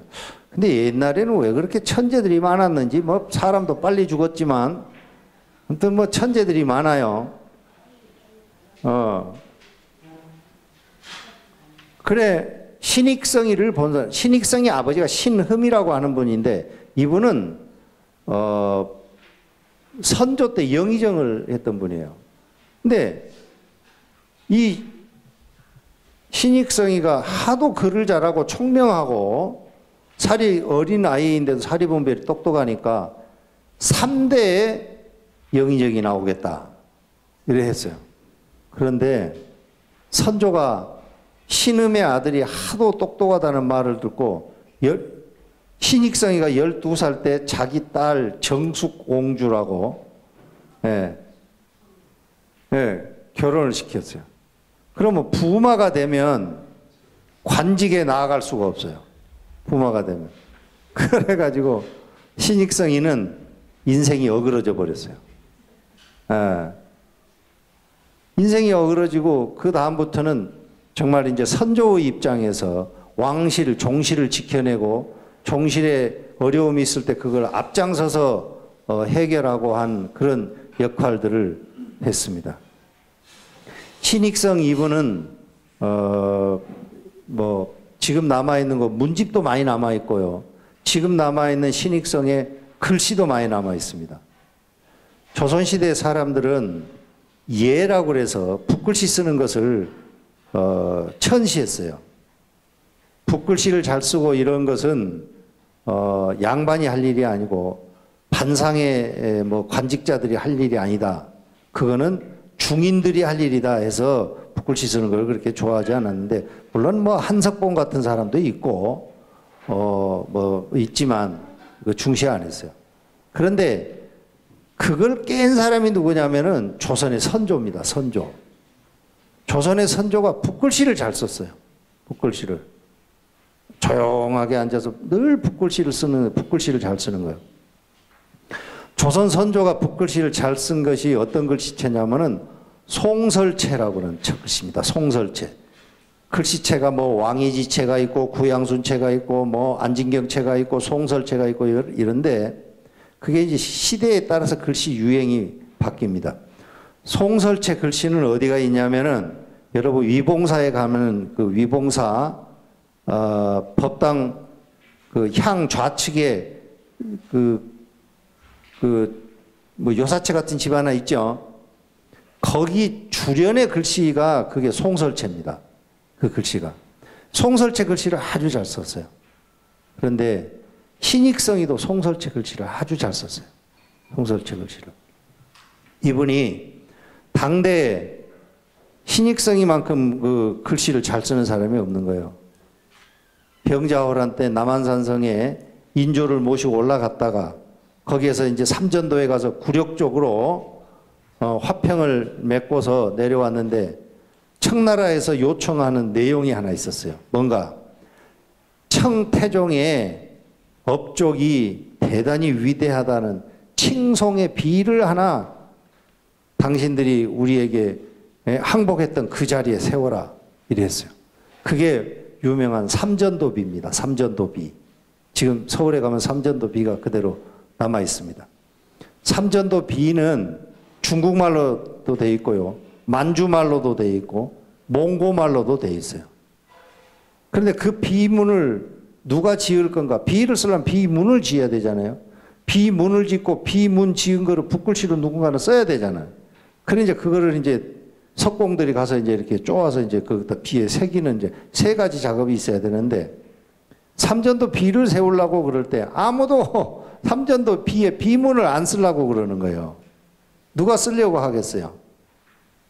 그런데 그 중에 이제 뭐 어떻게 돼서 당시에 이제 한성 부윤이라고 하는 사람이 한성 부윤이 그 글을 썼어요.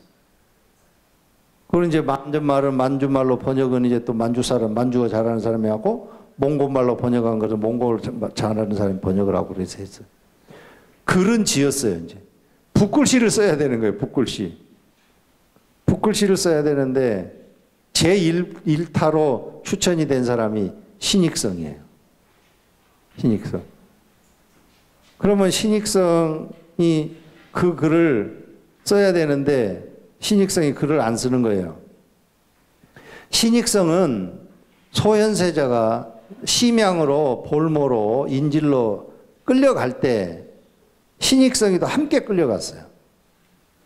끌려갔는데 소현세자가 이제 뭐 자기로 보면 이제 고모부니까 어떻게 그 청나라 관료들한테 얘기를 잘 하고 해가지고 신익성이는 심양에서 3년만 있고 다시 돌아왔어요. 이 사람은 청나라에 대해서 만주족들에 대해서 아주 그 가슴 깊은 그 원한 같은 게 있어요. 신익성 이분은. 그러니까 이제 그 절대 안 쓰죠. 그 글을 안 써.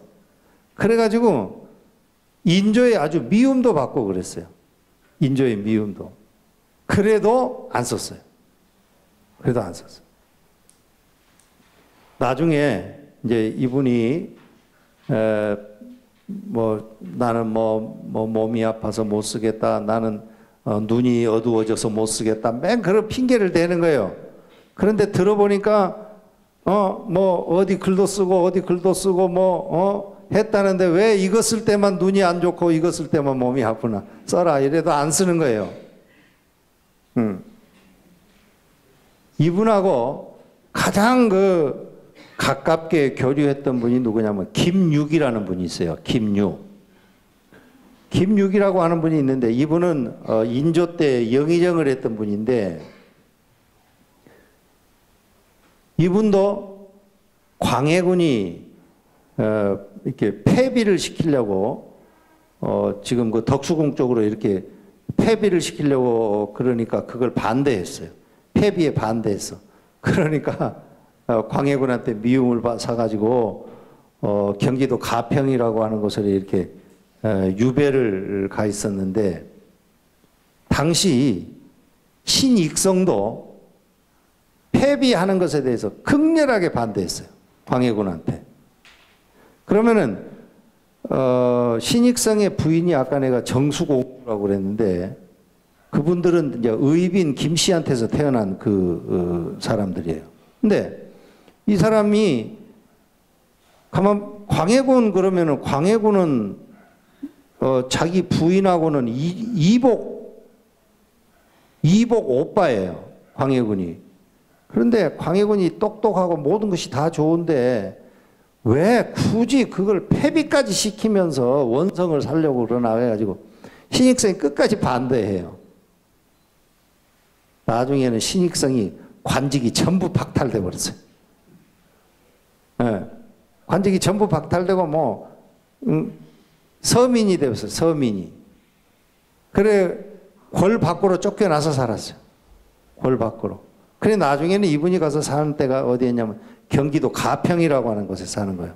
요즘에 가평은 서울에서 고속도로가 생겨가지고 쫙 가면은 1시간이면 가버리지만 예전에는 가평을 가려면 이게 쉬워요.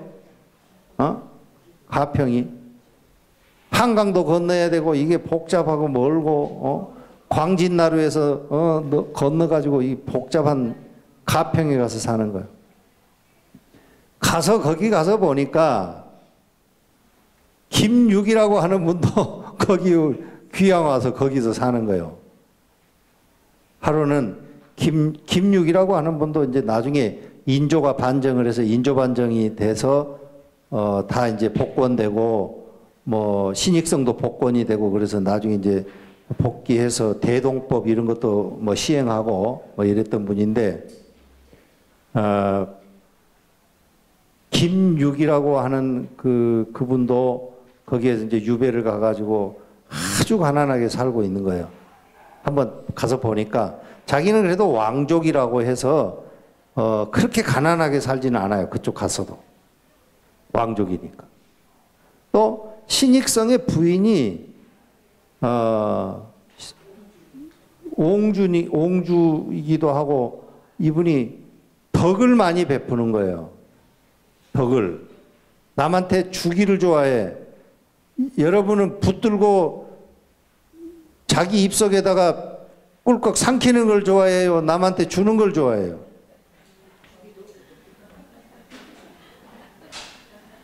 그 두 가지 중에 사람으로서 절대 꿀꺽 삼키는 것보다 남 주는 것을 좋아하면 안 돼요. 남 주는 걸 더 좋아해야 돼요. 남 주는 것을 더 좋아하고 자기가 삼키는 것을 덜 좋아하는 사람은 어떤 어려운 상황이 되어도요, 친구가 있고 해서 이겨낼 수 있어요. 예. 신익성의 부인도 그랬어요. 집에 나만 아는 게 없어. 있기만 하면 갖다가 누구를 줘버려요. 그래, 신익성하고 많이 다투기도 하고 자기 부인한테 그러지 말라고 타이르기도 하고 여러 차례 그러는 거예요. 그런데 가평에 폐비에 반대다가 가평으로 쫓겨가서 이렇게 지내다 보니까 자기 부인이 퍼다 줬던 그게 인연이 돼가지고 가평에 가니까 도성 안에 살던 때보다 더 윤택하게 살아.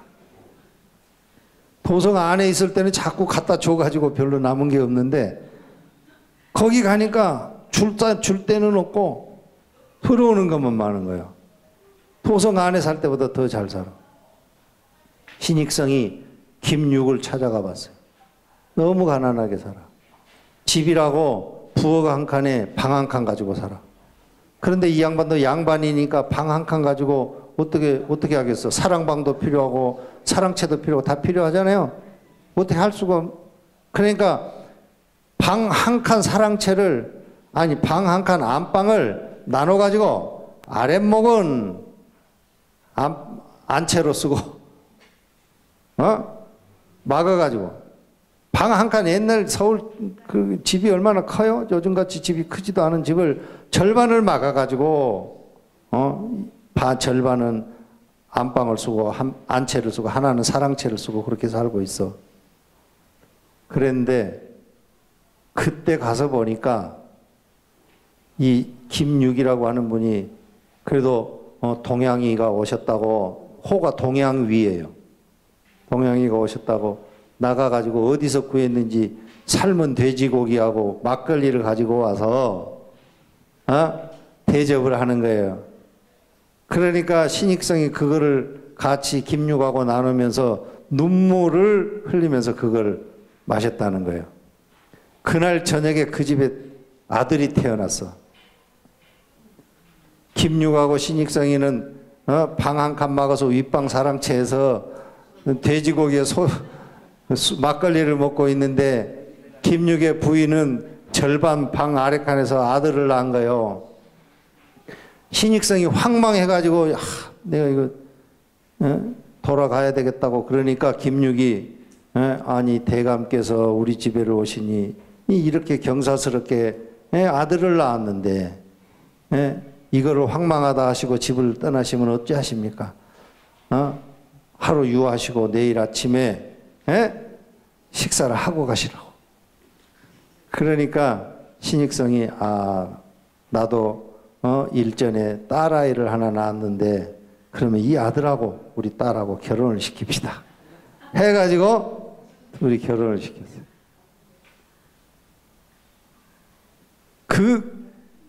그때 그 김육의 그 아들이 그 효종 때 그 과거 시험 보고 뭐 이런 거 저런 거 그 해가지고 전부 장원을 했어요. 전부 장원을. 김육이 몸 관리 잘하고 그래서 김육은 환갑까지 살았어요. 환갑까지. 김육이 신익성보다 나이가 9살이 많아요. 환갑까지 살았어요. 환갑날이 됐는데 며느리가 안 와. 며느리가 누구요? 신익성의 딸이잖아. 며느리가 안 오는 거예요. 아니 시아버지 환갑이니까 축하하러 와야 되는데 안 와. 그러니까 사람들이 다 의아해 하는 거예요. 천하의 효부로 알려져 있고 아버지하고 어머니, 아니 그 두 아버지 간에 그런 깊은 관계가 있고 그래서 맺어진 사이라고 해서 아주 사람들한테 다 칭송되는 그런 관계였는데 며느리가 환갑인데 안 와. 나중에 해가 저무니까 동양이 신익성하고 같이 오는 거예요. 동양이 신익성하고 자기 친정 아버지하고 같이 근데 그때 올 때 뭐를 가지고 오는가? 돼지 통돼지를 삶아가지고, 어?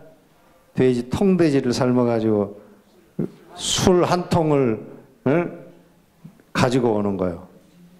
그래 그 사람들한테 우리가 이 삶은 돼지하고 막걸리 이것이 인연이 돼서 이렇게 가문을 만들었다고. 그래서 그 후로요 조선에서는 어떤 풍토가 생겼냐? 좋은 일이 있을 때는 통돼지 삶아가지고 막걸리 마시는 풍습이 생겨났다고. 요즘 여러분들도 그렇게 해요? 에? 내가 가만히 생각해 보니 나도 어려서 그런 경우가 많았어요. 무슨 좋은 일이 있으면 통돼지를 삶는 거예요. 그래가지고 막걸리가 이렇게 먹어.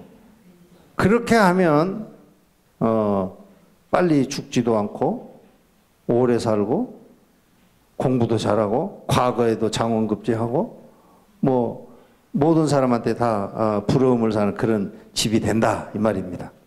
자, 시간이 없는데 그래도 볼 거는 봐야지.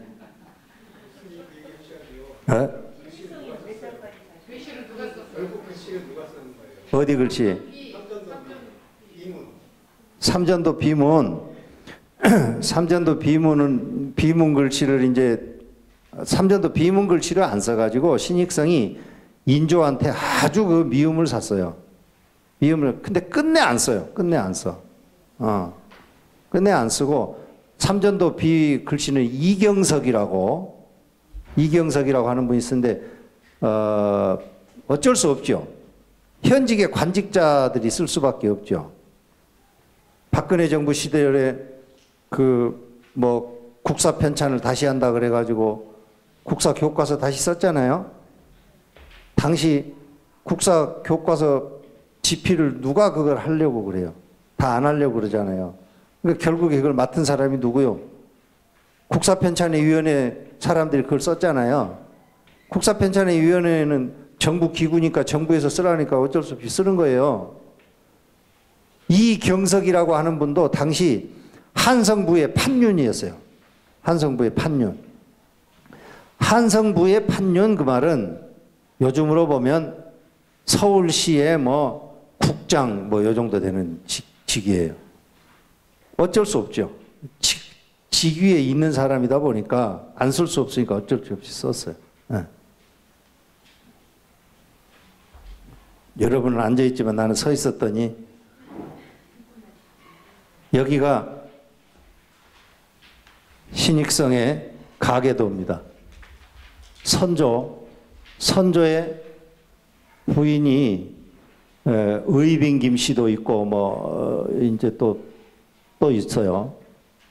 그런데 선조의 의빈 김씨의 의빈 김씨의 자손이 이거 잘 못 그려가지고 이게 복잡하게 됐는데 의빈 김씨가 아들 넷을 낳고 딸을 6을 낳았어요. 의빈 김씨가. 이 의빈 김씨에서 태어난 사람이 이 정원군이라는 사람이 있고 정원군의 자식이 인조예요. 인조. 정원군의 아들이 인조가 된 거예요. 그러니까 인조가 왕이 될 때 아까 내가 또 반복이 되지만 적당히 멍청해야 왕이 되는 거예요. 이렇게 한미한 가문이다 보니까 이렇게 왕이 될 수 있었어요. 지금 우리 대웅전의 붓글씨로 대웅전이라고 하는 글씨를 쓰는 분이 의창군 이광이라는 분입니다. 의창군 이광. 의창군 이광도 선조하고 의빈 김씨 사이에서 태어난 분이에요. 이 의창군. 그리고 신익성의 부인은 이 정숙옹주예요. 이런 관계 속이었고, 그 다음에 소현세자 인조의 아들 소현세자의 부인이 세자빈 강씨라고 그랬죠? 세자빈 강씨인데 세자빈 강씨는 신익성의 누이하고 이 관계 속에서 태어난 분이에요. 그 집안 사람. 이런 관계가 있다 하는 거고.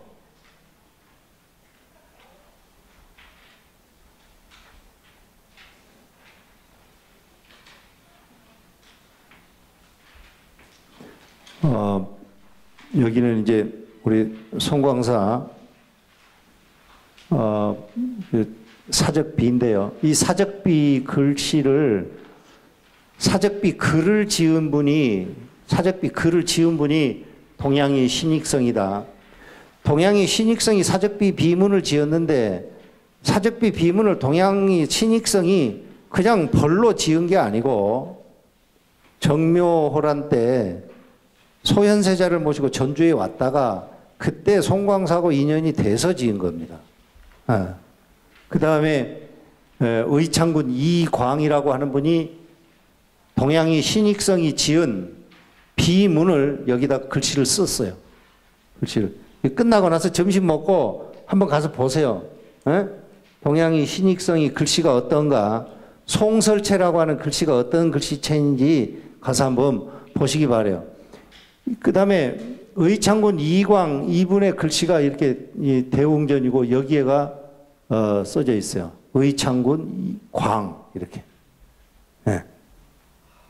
지금 이 글씨를 보면요, 대웅전 하면은 여러분들이 이런 대웅전 글씨를 워낙 많이 보셨는데 전국에 이와 똑같은 형태의 대웅전 현판이 많이 있어요. 송광사의 이 글씨를 복각해서 건 겁니다. 송광사의 이 글씨를 복각해서 보면 글씨가 날렵해요, 딱딱해요? 날렵하죠?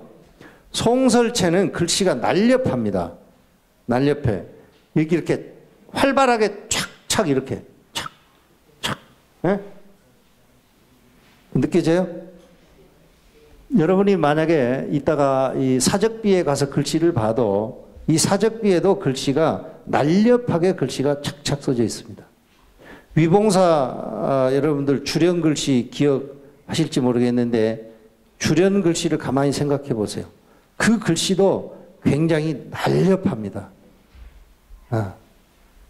우리 대웅전의 주련 글씨는 날렵해요? 안 날렵해요? 안 날렵해요? 내가 대웅전이라고 하는 그 글씨가 날렵한 송설체여서요. 송설체가 아닌 것으로 주련을 걸어야 되겠다 싶었어요. 그래야 좀 이렇게 다양한 어울림이 있겠다 싶어서 대웅전의 글씨를 그 예서체로 글씨를 썼습니다. 그리고 계속 여기만 이렇게 왔다 갔다 하네. 예.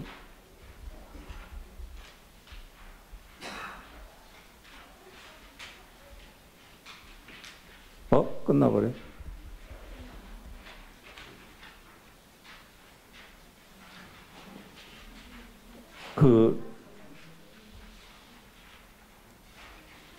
네, 빠른 속도로 좀 보겠습니다. 이게 뭐라고 그랬죠, 이게? 후령통. 자, 여기 잠깐 보겠습니다.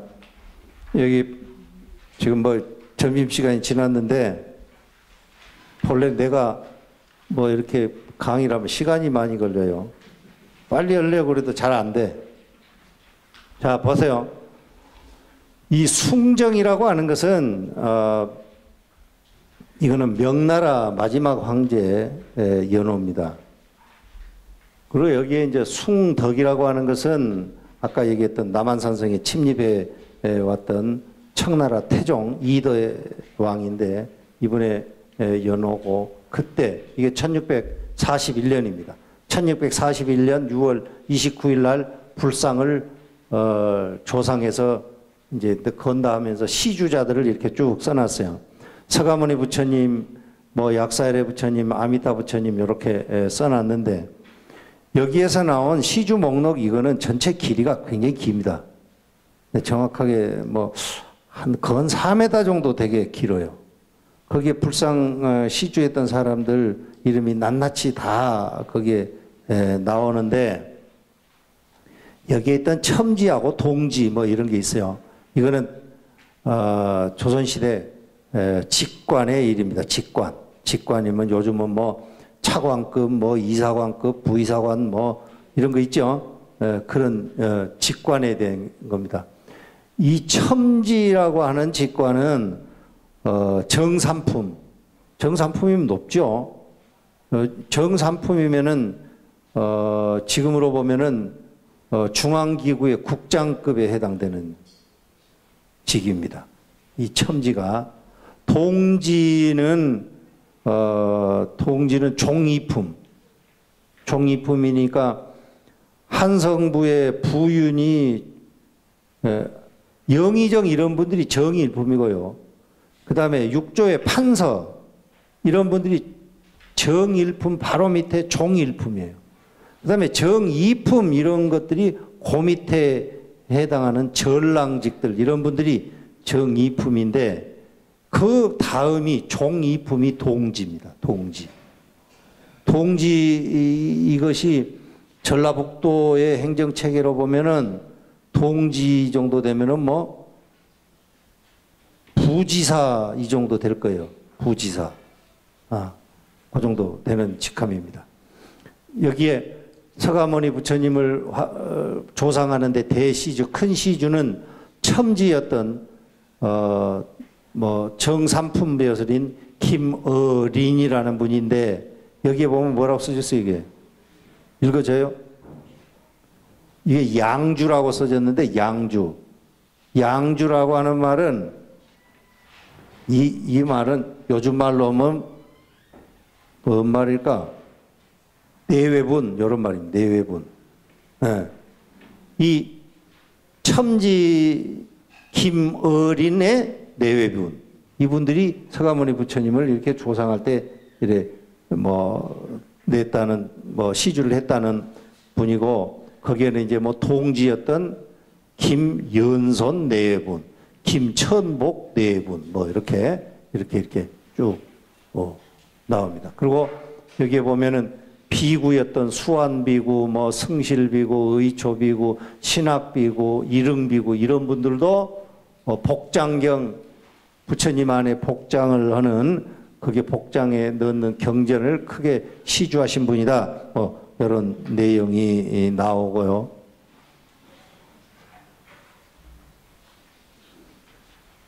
여기까지만 할 테니까 조바심 내지 마세요. 그 다음에 여기에 보면은 이제 여기에는 당시 이제 사중에 살고 있었던 많은 직임자들이 나옵니다. 선덕, 노덕이라는 연세에 드신 노스님 뭐 이런 정도의 의미고요. 증명, 이 불사를 증명하신 분, 뭐 홍인이라고 이렇게 되어 있는데 이 홍인이라고 하는 이 스님은 진묵스님을 말합니다. 진묵스님. 여러분 진묵스님 들어보셨죠? 근데 이때 진묵스님은 돌아가셨어요. 돌아가셨는데도 진묵스님을 증명으로 하는 겁니다. 왜 그런가? 이 불사를 종결짓기 전에 이 불사를 시작할 때 진묵스님이 살아계셔서 함께 이 불사를 시작을 한 거예요. 그런데 중간에 진묵스님은 1636년에 돌아가셨어요. 이 글은 1641년에 쓰여진 거거든요. 그래도 증명에다가 진묵스님을 그대로 들여놓았고요. 지전이라고 하는 것은 법당을 이렇게 낱낱이 법장들을 관리하는 분이고 이거는 화원, 법당을 지어놓고 법당에 이렇게 그림 그리고 뭐 불화를 그리고 탱화를 그리고 그런 거 했던 분들. 아까 개금을 하는데 뭐 30여인을 초청했다 그랬잖아요. 뭐 이런 분들이 화원에 해당되고요. 별좌는 이 일을 해 나가는데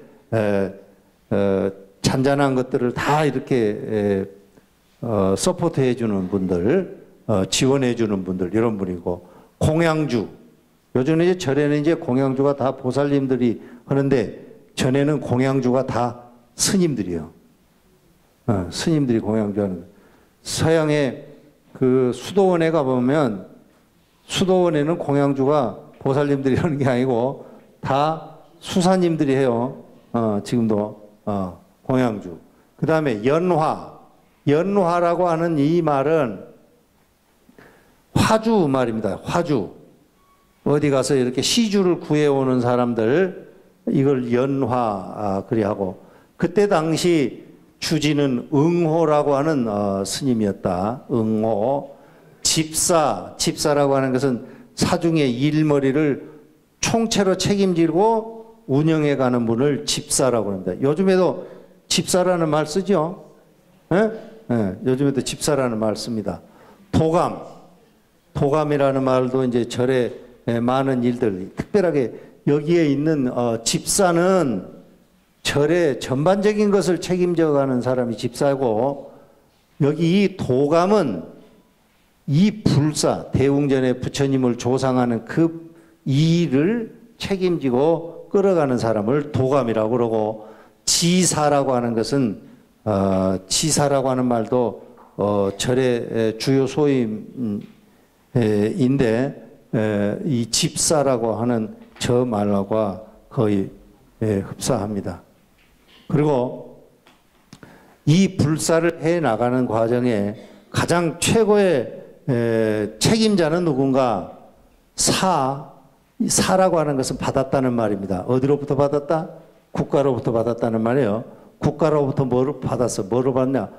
보은천교.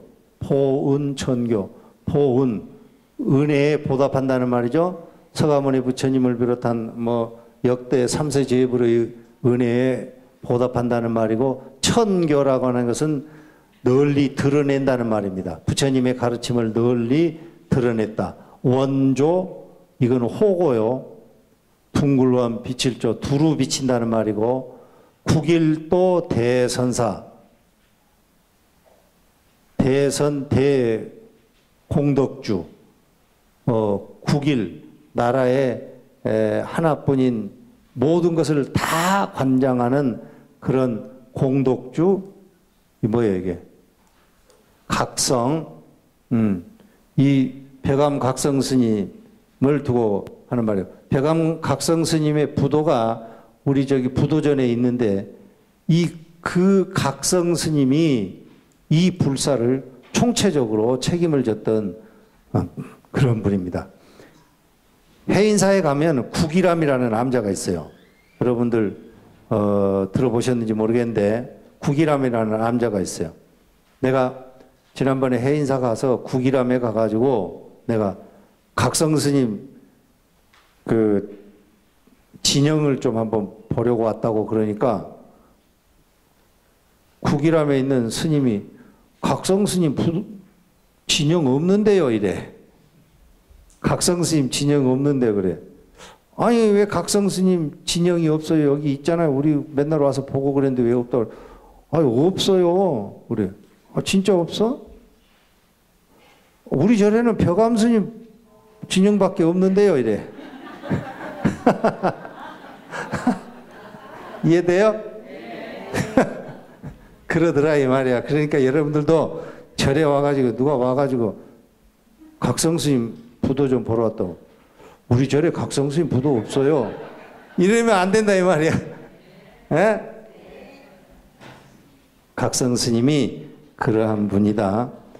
이렇게 시주자 목록을 죄다 적어서 그렇게 쭉 연결을 해놨는데 그게 글쎄 한 4~5m는 될 것 같아요. 그게 그거 우리 성광사가 갖고 있는 중요한 문화재인데요. 이렇게 쭉 써져 있어요. 이렇게 계속 이렇게 써져 있어요. 계속. 내가 여러분들하고 송광사 대웅전에 있는 삼존불 탱화에서 나온 부처님의 복장문을 가지고 내가 여러분들하고 얘기를 했는데 벌써 1시간 45분, 50분 정도 된 것 같아요. 나는 시간이 10분, 5분밖에 안 지난 것 같은데 여러분은 뭐 시간이 많이 지루했을 것 같기도 하고 그래요. 어쨌든 내가 이런 얘기를 한 것이 송광사 부처님을 이해할 수 있는 계기가 되기를 바라고요. 또 그걸 또 사람은 어쨌든 알아야 됩니다. 사람이 알지 않고는요, 자기 내 가슴 속에서 이렇게 모티베이션이 안 일어나요. 알아야 동기가 생겨나는 겁니다. 선법이 됐든 불선법이 됐든 알지 않고서 어떻게 동기가 일어나요? 알아야 되는 거고요. 정확하고 분명하게 아는 것에서 불교가 시작되었으면 좋겠다, 이런 생각을 갖고 있습니다. 여러분들 앞으로도 끊임없이 정진하시고 또 좋은 또 강의 또 기획해서 또 여러분에게 소개하겠습니다. 수고했어요.